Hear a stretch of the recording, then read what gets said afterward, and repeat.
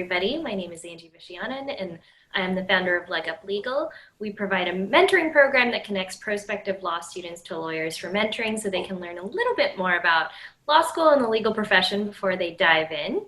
And we started doing these meetups at the beginning of COVID-19 to connect pre-law students, current law students, and young lawyers who are all still trying to navigate their way around our profession. And so we've been bringing in legal professionals, including law school admissions coaches, law school professors, lawyers themselves, and a bunch of people who work with lawyers to come talk to you guys about this world. So you get to know kind of every single facet of it. I think it's really important for students to understand that there are many, many people that you will work with in the profession who are not lawyers. And one of those people are paralegals. And so I think it's very, very shocking for young lawyers when they first come out of law school and they're used to just maybe interacting with a couple lawyers during their summer programs. They really haven't had a chance to interact much with the staff and everyone else who's involved. And so I spoke to Megan, and she graciously was willing to come and talk to you guys today. So I will let Megan take it away. Absolutely. Well, I'm going to go ahead and get my screen share up and running here. But just to give a brief introduction, my name is Megan Matthees. I am a freelance paralegal. I'm based in the Woodlands, Texas area, but because I'm a freelancer, I work with law firms that are based all over the country and all over the world. You can see some of the representative firms that I work with on the side: Hopkins, Centrich, Winkleman and Drucker, Lloyd Mousilli, and the others. You can look at those. It's important to note that just the perspective of my background, I work with boutique law firms, small law firms, and solo practitioners. So that means that all of the practices I work for have under 10 attorneys total. I do not have a big law background, and that is mostly by choice. When I first got into the profession and I started talking to, just like you guys are, starting to build my network, starting to talk to my professors and other law students, young lawyers, the more I heard from them, everyone had gone into big law, they had gotten that check mark on their resume, and within 2 to 3 years, they had left big law because they couldn't stand the system. And I just decided early on that that wasn't the career that I wanted. And so I made a purposeful choice to stay in boutique firms and to stay with small firm attorneys. I support 6 different practice areas through all of these different firms. You can go over those. I work in intellectual property, technology transactions, corporate governance, commercial litigation, medical malpractice, and personal injury. If you've started to look at any types of the areas of law, I saw some people are interested in immigration, some people are interested in employment law. You'll understand that there is a vast difference between the types of clients that you'll interact with and the types of attorneys. The way that my personal injury attorneys interact with their staff and interact with their clients is very different than the way that my commercial attorneys, or especially my intellectual property attorneys, interact with our clients and staff. So that's something, as you're looking at what type of law you want to go into, looking at what types of firms you want to apply to, I would consider that as well. Who are the clients you want to serve, and who are the clients that you'll be able to interact with in the best way? So here, I am very into mentoring. That's something that's very important to me. That's a big part of why I joined this meetup today. I think it's very important that you have people that you can reach up to for guidance, people you can reach out to for support, and people that you can reach down to bring them up to the level that you're on. So I've done that in 2 ways. I'm a part of the mentoring program with the Houston Metropolitan Paralegal Association. That's how I gain my access to older paralegals and much more experienced paralegals. And then I am also an active mentor through my alumni. I went to Lone Star College North Harris here in Houston. That's where I got my associate's degree in paralegal studies. And now I mentor their current students through their internships. So I really want to start off with the foundation of what a paralegal is. And this is not something that's just for entry-level people. I'll tell you a fun story. As I was getting ready for this presentation, I was chatting with some of the other lawyers in our office suite about what I was going to be talking about and the things I was going to go over. And they were shocked to learn that I had studied tort law as part of my paralegal degree. So there are practicing attorneys that have been practicing for 8 years that were not aware that paralegals study substantive law. So that is a huge part of what a paralegal's role in a law firm is. The definition I've provided here on the side, you can read that for yourselves, but that is the official American Bar Association definition of the role of a paralegal. This was updated this year. That's very important to note as you're going forward, as you're looking at other materials, trying to learn the different roles in a law firm. In February 2020, the American Bar Association changed it. You can no longer consider a paralegal and a legal assistant are not synonymous anymore. There is a marked difference between the two roles and the services that they provide. So in order to be listed as a paralegal at a firm, you need to be able to have a substantive legal background and the ability to work independently. And so that's something if you go to law school, you start your clerkships, you'll start to see that more and more, the difference between who's being listed as a paralegal and who's being listed as a legal assistant and how that affects their duties at their firm. Some of the work that I do on a daily basis that falls under the substantive legal work category, paralegals independently draft documents. It's not it's generally not done based off of templates. A paralegal should be able to take attorney's direction and then prepare documents from scratch. We do a lot of substantive legal research. I use Westlaw. That's the one that I'm comfortable with, but I'm sure there's other options. Other people are LexisNexis people. I'm starting to use terms that I'm not sure everybody understands, but once you get into the legal field, you'll definitely understand that you're either a Lexis person or a Westlaw person. It's pretty much one or the other. Yeah, actually, Megan, I try to make sure, because we have a lot of pre-law students on that have probably never had any experience with either of them, but just to let you guys know, there's these massive legal research databases that you start using once you get into law school, or if you're working as a paralegal, you'll be using them as well. But they are, the two largest ones are LexisNexis and Westlaw. There's a lot of the other smaller ones that are coming up now, but definitely predominantly you'll be working with, Lexis or Westlaw. And there's differences in both, but by and large, they basically have huge collections of forms and cases and all sorts of different legal texts in them. So that's what she's referring to, in case you're not sure. Thank you for providing that clarification. I got a little ahead of myself there. A large part of my role is also interacting with direct client engagement. That is my favorite part of being a paralegal. That's the way that I feel I serve my attorneys in the best way possible. I'm a part of our intake process at almost every firm that I'm a part of. And then I really have the autonomy to interact with those clients directly and make sure that their needs are being met.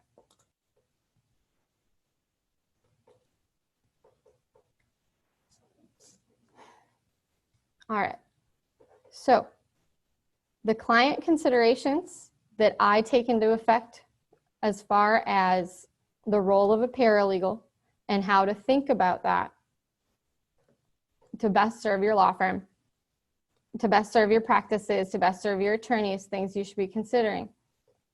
It's very important to clients that there be clear communication between the firm that they're engaging with and themselves. The number one complaint that is brought against attorneys to their bar associations. The most recent statistics I have are 2 years old now. I was trying to find the survey that just got released for 2019, but I wasn't able to find it. Attorneys often think that clients will most often complain about their bills. That's not the case. Clients almost always feel that if there was a problem with their law firm, they feel that they were neglected. They feel that their needs weren't responded to. They feel that there wasn't enough client communication going back and forth. That is really an area where my role as a paralegal stands out and is the strongest, is making sure that my attorneys are following up with the clients and making sure that the clients feel that they're being heard when they bring things to our attention. Another consideration when we're looking at the role of a paralegal, how they fit into the law firm ecosystem, it is more cost effective to delegate work to the paralegals. If you think about a client's bottom line and what their goal is, right, for the work that they're retaining a firm to do, there's work that only the attorney can do. There's certain aspects of the representation, of the drafting, of the strategy that has to be handled by a partner, that has to be handled by an associate, and they're going to bill accordingly for that. Any work that can be delegated down to a competent paralegal is in the client's best interest, because that frees up the attorney to do other billable work, and it keeps the client bills as low as we can so that we're not overbilling or overcharging for services. And it also helps with the efficiency of a practice. The more people that you involve with the workflow, when I say workflow, I mean from the time a client requests a project, there should be a pretty strict timeline of when you should be following up, when that work should be going out the door. That's very common across all of the practice areas I work in, especially in the civil litigation spaces, because those have more deadlines that are outside of our control. And so by utilizing paralegals and delegating, we're able to best make sure that work is being prepared, reviewed, and sent out the door as quickly as possible. This slide, I may go ahead and just switch and stop the share. I had been more prepared to talk to current law students, people that are really about to take the bar, and I wasn't sure how many pre-law people we would have, and that's on me. So I am going to switch gears here, just so that this is the most beneficial for all of y'all. Stop the share. All right. Hey, I like seeing the chat. Yeah, so that changed in 2020 with the terms. It's very fresh, and there's lots of people that haven't even brought that up and haven't been made aware. So I've really been trying to educate. I don't know that, actually. I know. I mean, it's crazy, because one of the really confusing things for me when I first started working my very first year as a young lawyer was, what do I call everybody? There were all these people in law firms that I was like, I have no idea what your role is, or how do I address you, or, I mean, even with other attorneys, I was like, do I call them attorney so-and-so? Do I call them by their last name? Do I call them by their first name? Like, how do I address you? And it was all so confusing at first. But yeah, paralegals and legal assistant, those were definitely two terms that seemed synonymous in some firms and then were totally different in others. It always seemed like if there was a delineation, paralegals were the more sophisticated of them. So they had more substantive work that they had to do.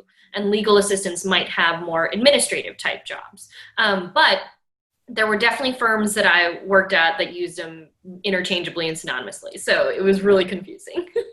Absolutely. And that's still the case now. That's definitely hasn't gone away, because as you said, most lawyers haven't been made aware that that's been different. Most firms haven't. And so you'll really run into, depending on the practice area and depending on the firms that you interview with or that you shadow, there might be completely different structures that are in place as far as who is responsible for what and even who to go to have something addressed. That's something that I've noticed with our internship program with our law clerks last semester. They were unsure who to bring their questions to when they had an issue with an assignment.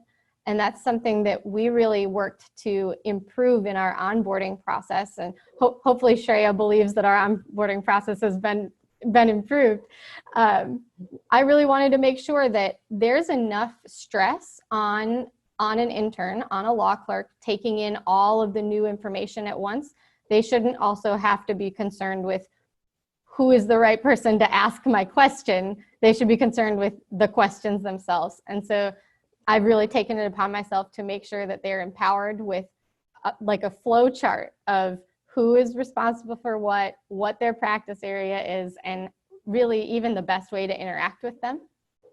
And that's something, go off the fly here, since y'all are in the era of COVID and remote work is not going away, I'm sure that many of you are doing remote classes right now. Your universities have moved completely remotely. And so I can speak from a pretty unique experience. One of my law firms, Lloyd Mousilli, is a completely cloud-based law firm, and they were cloud-based long before this happened. We were 100% remote from the very beginning, and so that's really helped us be able to serve our clients through this transition in ways that my other law firms struggled with, trying to make this transition and trying to figure out a way to, I'm trying to think of the best way to put this. I have attorneys that still keep all of their paperwork in boxes. I am sure that you have seen like memes on the internet of a poor paralegal's desk overflowing with papers and binders and all sorts of everything that's going back and forth. There are still attorneys that practice that way. It's getting rarer, but I definitely work for one of them. All of their information is kept in boxes under their desk. And that's something that you'll recognize when you start applying, when you start looking at internships. Consider that. Consider whether or not it's important to you that your law firm be tech savvy, that they have a good system for remote working, for working from home. That's something that as a freelancer is incredibly valuable to me. I don't interview for positions or take contract positions if they're not allowing me to work from home or work from anywhere. Yeah, Megan, can you talk a little bit about, so for people who are going to be getting into law school and doing summer internships, what are some of the pitfalls that you see interns making when they first come in and start working with their paralegals? Absolutely. So something that I noticed right away when we started taking on law clerks was that they thought that they weren't sure what information the paralegal would have. We kind of talked about that with that onboarding. So they tried to bring all of their questions and concerns directly to our managing partner because that was the only person that they had interacted with.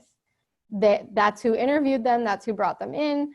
And in that manner, anytime they had a question about their deliverable, anytime they wanted clarity on where something was, I don't think they knew that the paralegal knows where the files are better than the attorney does.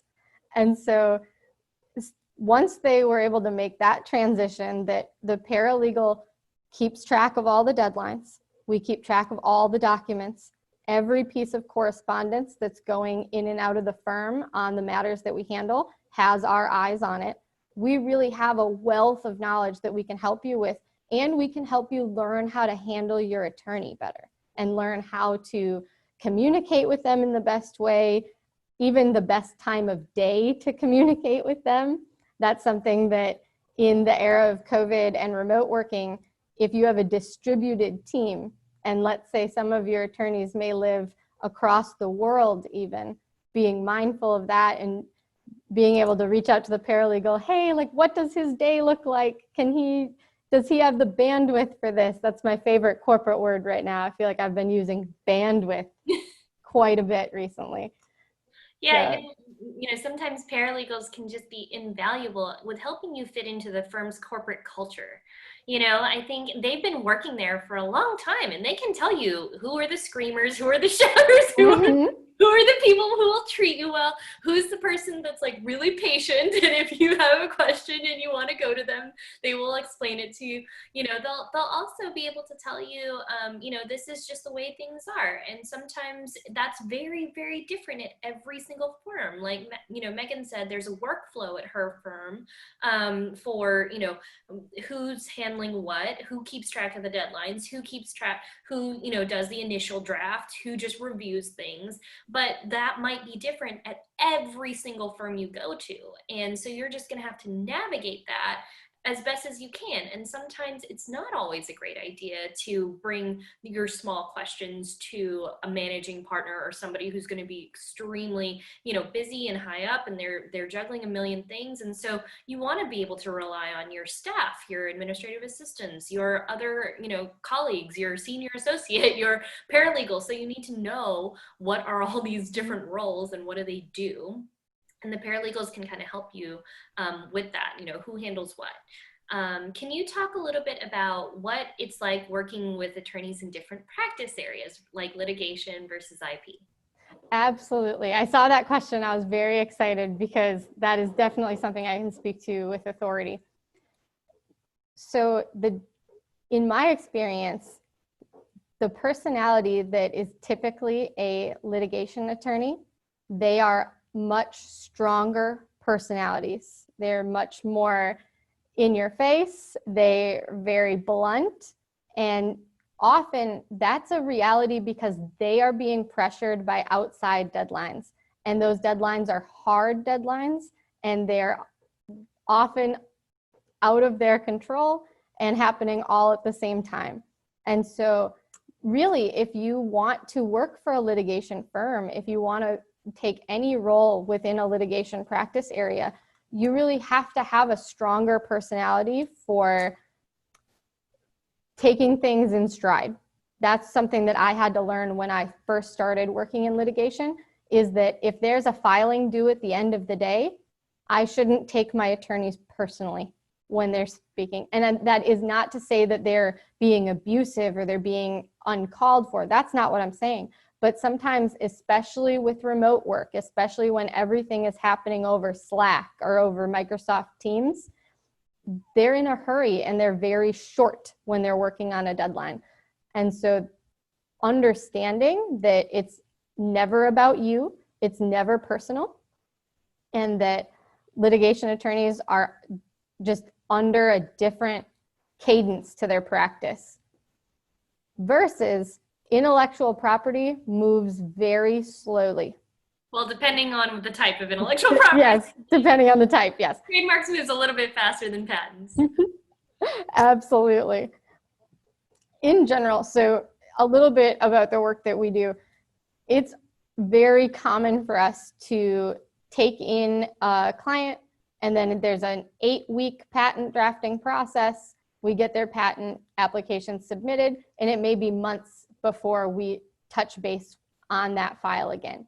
And so the attorneys that are typically in IP roles also generally have technical backgrounds of some kind. They're generally engineers. They're generally very analytical. For patent. Yes. But not for trademark, because I didn't have a background for engineering at all. So. Yes, I would say that, and that's interesting. I've always, in the IP firms that I've worked at, have always had it be one attorney. Like, we didn't have a trademark staff and then a patent staff. It was all handled by one person. And so I guess that's a stereotype that I've had too, is that every intellectual property attorney that I've interacted with has been that patent prosecution attorney. So yeah, well, and I think it can be very different because it's also a boutique. So I started at a boutique. I worked at a boutique for 4 years out of law school, and then I went to Big Law. And when you're at Big Law, things are a lot more siloed. So when we were at Big Law, all of our trademark work was transactional. We didn't do a lot of litigation. And then once it did get to litigation, we moved it to the litigation department. And so in trademarks, so IP is one of those areas where you will have both litigation and transactional work. So if somebody wants to sue somebody for trademark infringement, that's litigation. If somebody wants to file a trademark application with the USPTO, that's transactional work, right? And so, with Megan, she's worked with patent folks that also do trademark work. And so that one person might do all those things. And what's interesting is at the boutique that I worked at, we had a litigation paralegal, and then we had a transactional paralegal. And so for all of my trademark litigation work, I went to the litigation paralegal. With my trademark transactional work, I went to our transactional paralegals.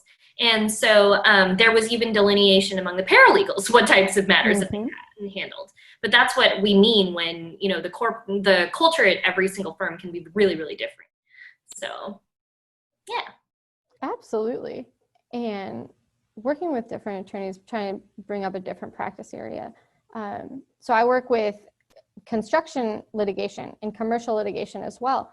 And the difference between attorneys that only deal with business clients versus attorneys that deal with consumer clients or individual clients, that's even though the litigation is more or less similar, it's governed by the same rules of civil procedure. From my end as a paralegal, it's very similar, but the client interaction and the attorney interaction between commercial and dealing with a business as your client versus dealing with a consumer as your client is an important delineation to make.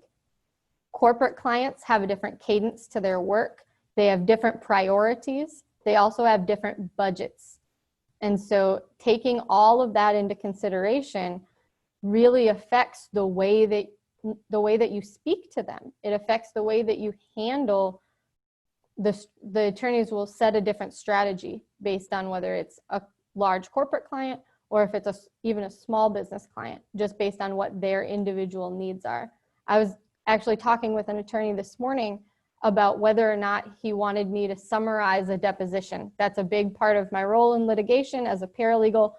When we take a deposition, so the questioning and answering under oath of a witness, once that transcript gets returned to us, that falls on me to make sure that it's summarized and all in a way that is easily read by my attorney, can easily be referenced later. We decided not to do that in this particular case.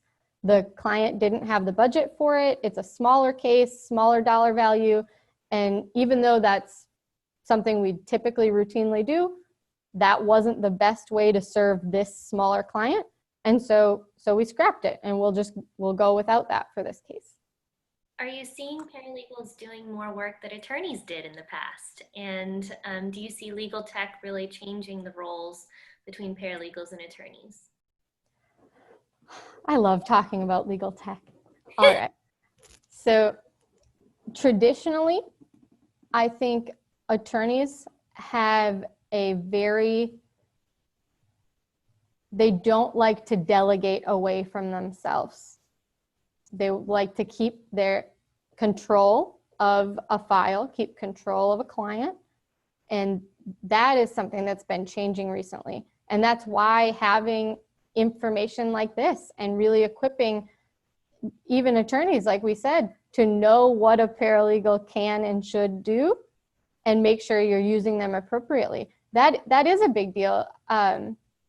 Many attorneys don't utilize their paralegals to the best degree that they could, and they utilize them for more administrative tasks, and that's really a shame. And so that's something that I'm really passionate about, is making sure that I'm advocating for the profession and making sure that attorneys do feel comfortable delegating to their paralegals. So I think that is something that's shifting, something that's moving in the right direction, hopefully, as we get a new generation of lawyers, new young lawyers, new law students. And then as far as legal tech changing the role, Legal tech is changing everything. A lot of the administrative work and a lot of the clerical work is being automated and is being done much, much faster than typically.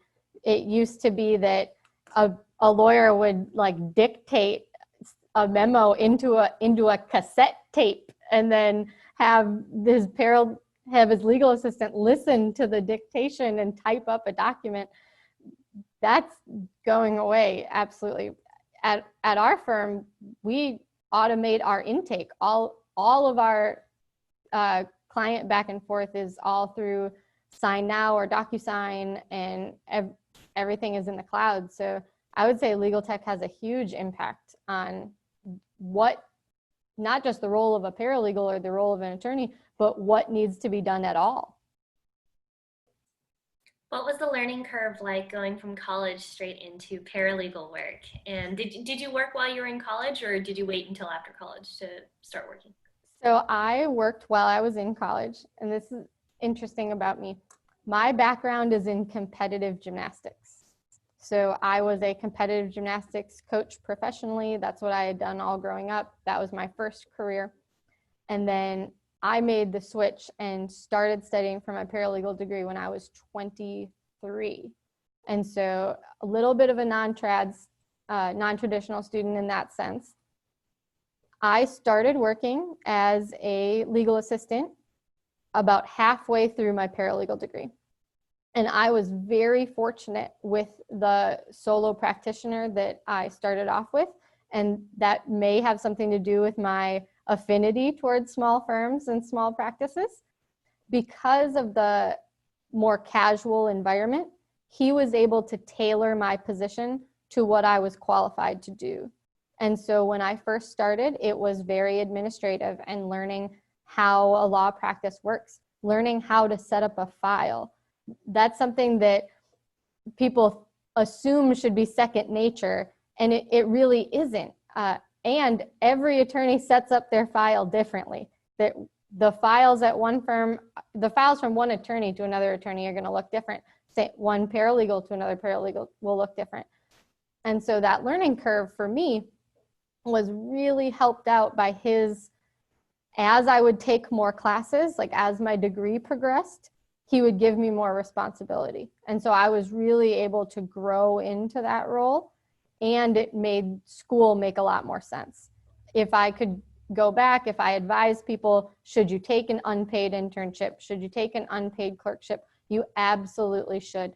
I definitely believe that your time is valuable and you need to make sure that you're making ends meet. You need to make sure that you're taken care of. But part of that early learning curve, you won't get the same experiences taking an entry-level paid position as you will an entry-level unpaid position. And what I mean by that is my colleagues that went a different route and took like an entry-level file clerk as their position to really break into the law firm world, their work was very stagnant. They did the same thing every day, and they were really just making copies, doing filings, making copies, doing filings. Whereas going the route that I took and going more of a part-time, unpaid, let me shadow you, like give me the opportunities that you can, I was able to be involved in the substantive law a lot faster that way as well. So that's two different ways to do things. There is no right or wrong, but I really think that there's value in taking internships while you're in school, because it'll make school make a lot more sense. My procedural classes, like paralegals in Texas have to take Texas Rules of Civil Procedure. It's one of our requirements. And that class, after I started working for a litigation attorney, became a lot more valuable to me. And I understood why I had to memorize that and why you need to know that a motion for summary judgment needs to be noticed 21 days before the hearing. And those seem like really minute details that can get lost when you're just studying and studying and studying. But once you're in the practice, you really understand that those things are incredibly important. And being able to work and go to school at the same time changed the game for me. I would not have done as well in school had I not already been working in a law firm. How long was your paralegal program, Megan? So I went the associate's degree route. So my paralegal program was the full 2 years. I had colleagues that did the paralegal certificate program.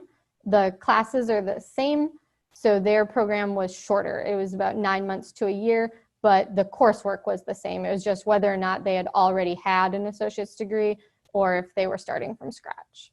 Yeah. Let's see. Do you ever think about going to law school?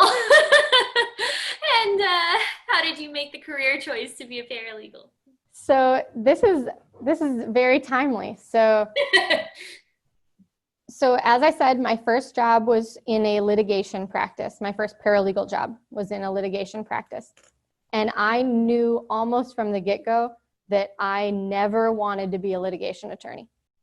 I did not envy my attorney. I didn't want to go to court with him. I was very happy to just help him write the motion and then put it in his hands to go take care of. And so I really, so the first 2 years of my paralegal career were exclusively in litigation. And I think that held me back a little bit. And I wasn't aware of the other opportunities that were out there. And I think that's why events like this are so important, and understanding the different practice areas that there are. And so I hadn't thought about law school. I didn't want to go because I knew that I would be a poor litigation attorney. That's not something that's in my skill set. It's not something that I aspire to be. And so I really made decisions based on, okay, I'm going to be a litigation paralegal forever. And so like I've studied for my certified paralegal exam, working on that, really just trying to build that career up as paralegal. Once I was introduced to the concept of what a transactional attorney was, I realized that I totally want to go to law school. This is the life. This is where it's at. And so to answer your question, now I am actively pursuing law school. I haven't applied. I haven't chosen. I'm really just focusing on paying off the student loans I've already accrued before I take out more. So watch out, law students, because paralegals that go to law school kick ass once they get there. So it's going to be hard because they already know so much from interacting with attorneys. And actually, this goes a lot to, I always get this question, like, should I take a gap year and get work experience? And I tell students all the time that the reason that you should take gap years, if you do, it's mostly career exploration. Do you really understand all the possibilities that are out there?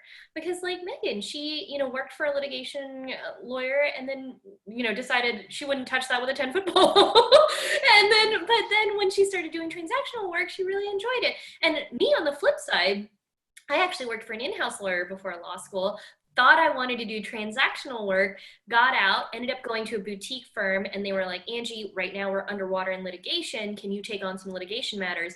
I ended up loving it. I was like a litigation junkie for like 3.5 years. And so, it's so interesting because we have these, preconceived notions of what we'd be good at or what our personality is good for. And I was not ever somebody that I thought was like a cutthroat litigator. I had just heard like you need to be kind of like a hard ass when you're a litigator. And I was just not that kind of personality. I was like, I don't see myself being pushy and aggressive. But then eventually I realized that is not the only way to litigate. And I learned from lawyers who were really great compromisers, negotiators, and litigators. And that opened up my eyes to say like, oh, I can have a different style at this, and I don't have to be a total jerk as a litigator. And I think that, you know, the more that you work for different types of people, the more it'll just inform you of like, what is their Mhm. style? How do they practice? What are their values? How, you know, how can you navigate this profession without, you know, throwing away all your values? And so I Absolutely. think it's really important for you to do that career exploration. Now, if you're like Megan and you worked for an attorney all through school and you know, you talked to a lot of different attorneys and you've already done the career exploration, there's no need for you to take a break before law school.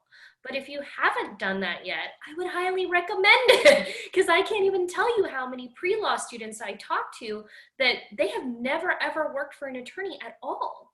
And I'm like, how do you know you can do this for the next 40 years of your life if you've never Mhm. even seen it in practice? Like if you've never seen it at any level, you know, how do you know that you're not going to hate it every moment? And so 100%. And the way you know that, I have definitely had to work with attorneys that hate it. They hate being an attorney, but they did the student loans and they owe the money. And now they're like, well, I guess I'm an attorney now. And they are absolutely not the people you want to interact with or be around. And so 100% agree with what you're saying. It is so important to really get a taste of what you're actually getting into. And I see a question here. Talk about what transactional attorneys do on a daily basis. I'll touch on that in a second, but it's really important to understand that lawyers are not like law movies. Law firms are not like law firm TV shows. It is not some fanciful, always dramatic, like crazy situation.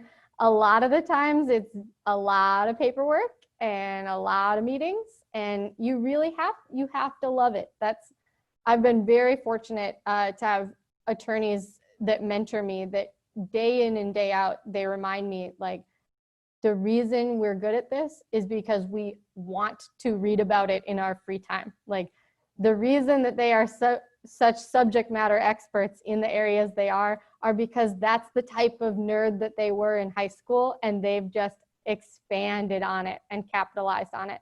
And so I can't say that enough.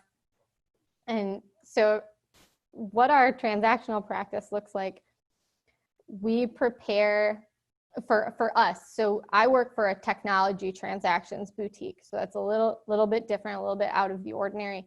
But we prepare asset purchase agreements, which are documents that convey part of a company to another company. We do entity formations. We do all of the, I call it corporate governance work, or the paperwork that your business entity needs to be in good legal standing with the state and regulatory agencies. And so we do, it's just a lot of paperwork. Like it's not fancy. I say fancy. It's not like litigation where we're having hearings. We're not going down to court every day, every week, every month. We're really just meeting with our clients about their business goals, establishing what the best strategy is to meet those goals for them, and then we execute the plays that we decide with them. So if they have a co-founder and they want to make sure that their co-founder of their company has shares of the company, has a portion so that they get compensated, we prepare that documentation.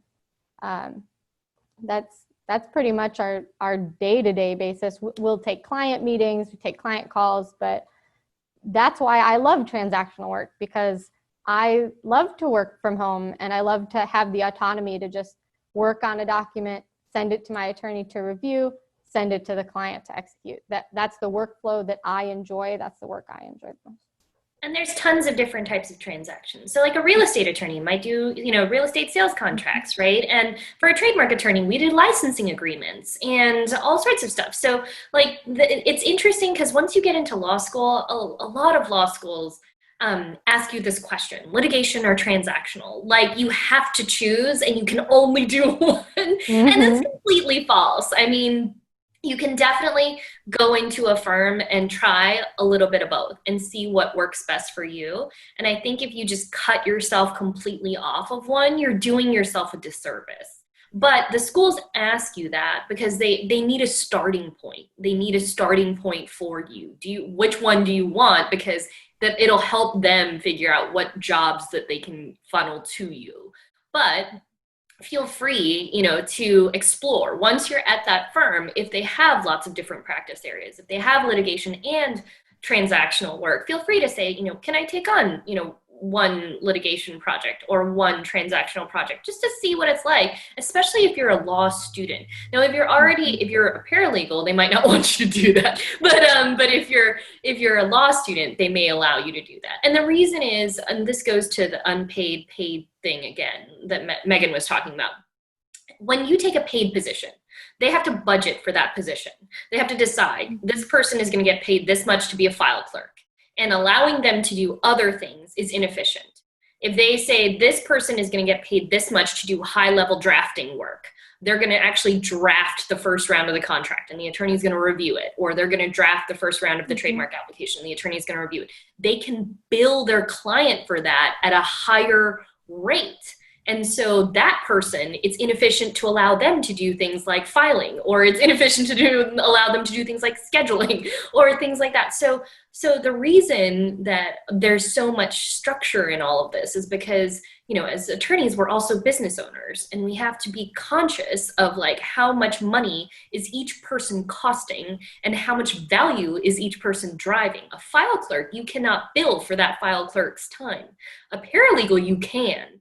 So I think it's also one of those things that you don't really learn a lot about in law school is just like law firm economics and like why everybody does what they do and why you shouldn't ask your paralegal to do something that an admin can do. And sometimes paralegals will get insulted if you do that. If you walk into a paralegal's office and you're like, can you schedule my travel? They're going to look at you like you're the craziest person who's ever existed. So like, don't do that. Because I've seen it. I've seen junior attorneys do it. I've seen interns do it. And, it's not a good way to start out. Absolutely. So that reminds me of and it's a learning curve for everybody. That reminds me of a funny story. So when I first started at one of the boutiques I'm at now, we didn't have an executive assistant. That wasn't a role that we had staffed out yet. The firm hadn't grown to that level. And so a lot of those processes weren't in place at that time. So a lot of us got used to a different workflow and a different communication pattern. And once we hired our executive assistant, one, it made a world of difference and made my life so much, but she is my hero. I tell her every day, I'm like, you're my rock star. I couldn't do it without you. But there was a particular day where for my role as a paralegal, I was really trying to figure out if we had gotten a company's documents back from the state yet, if they had been processed and if we had gotten them back. And I told my managing partner, I said, give me the password to the admin email address. I will dig through it and find these documents. And they laughed at me and he was like, that's her job. Like, he's like, send her a message and say, help me find this. That's what we're paying her to do. And it was like this light bulb went off when I was like, we have an assistant now, so I don't have to do this. And it can come across, I know when I was from an outside perspective, talking about why different people have different roles, sometimes almost not in the opposite way of as a paralegal, I would be offended if somebody asked me to do something administrative, but more so I would feel bad delegating administrative work that I can just as easily book the conference room, or I can just as easily make sure that meeting is scheduled or that call is scheduled.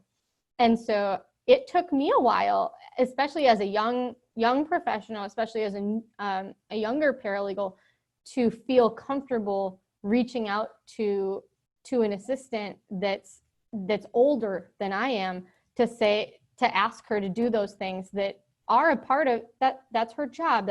It's not personal. It doesn't mean that she's lesser or anything like that. It's just there are different roles for a reason. Like the billable rates are different. And so that was something that for me really took some getting used to. And I made the mistake too. You know, as a young associate, you never want to tell your partner no.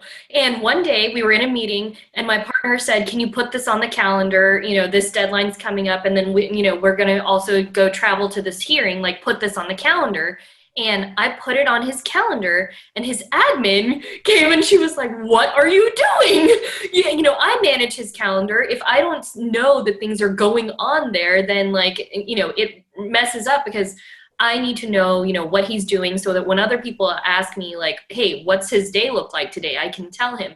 And she's like, "So if you send something to his calendar, but you don't copy me on it and I don't see it on there, it's going to cause disruption." And so I didn't realize that she kept double calendars, one for herself and one for her boss, but it, had a lot of overlap on it. And so there's definitely procedures and policies in place that it takes a while for you to learn. And it takes a while for you to figure out how to navigate that gracefully. But it's really important that you do. And sometimes those little things can ultimately, make or break your success there. That's part of the firm's culture. And sometimes it's those little things that make all the difference. Absolutely. And that's why I think it's so important to have this talk because, a lot of young attorneys make these mistakes early on in working with staff and working with paralegals and working with their own admins. So I think it really helps for you guys to hear from a paralegal's point of view, what are the things that they are responsible for and how are the ways that you can best efficiently use them. Absolutely. And this goes without saying, but whether you're in an internship role or a law clerk role, and even we had a call this morning to go over a transaction that occurred. If you are unclear about what is being asked of you, it is your job to advocate and ask the questions. I cannot stress that enough, and that's something that I'm still in my role as a paralegal, that's something that I'm still getting used to and getting more confident in. But if your attorney asks you to do something, if a staff member asks you to do something and you're unsure either procedurally or even you're unsure what was even being asked, which is common. Attorneys they're not saints, they're not heroes.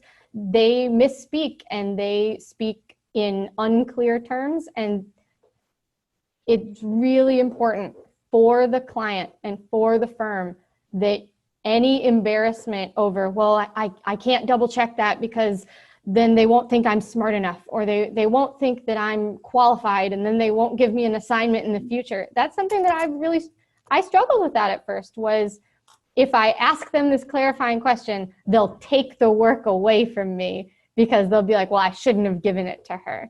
And that's just, you have to put that mentality out of your head.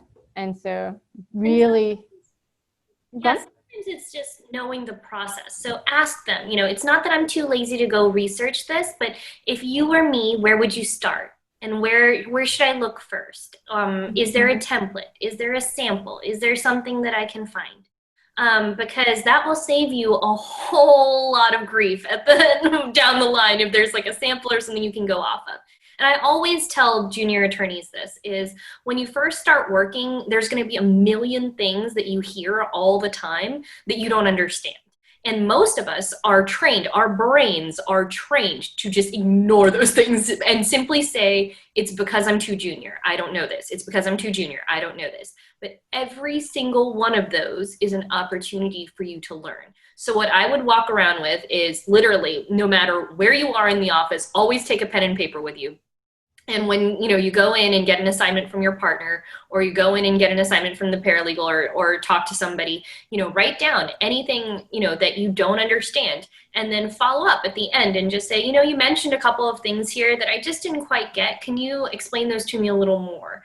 And give them your list. And all those clarifying questions will show that your intellectual intellectually curious. It'll show that you know how to ask the right questions. It'll show that you're resourceful. And the reason that I say save them all for the end is because the partner might not like it if you're just interrupting him at every turn, right? But they will like it if at the very end you've said, okay, I've listened to everything that you've said. I've tried to take in as much as I can, but there's a couple of things I need to clarify with you.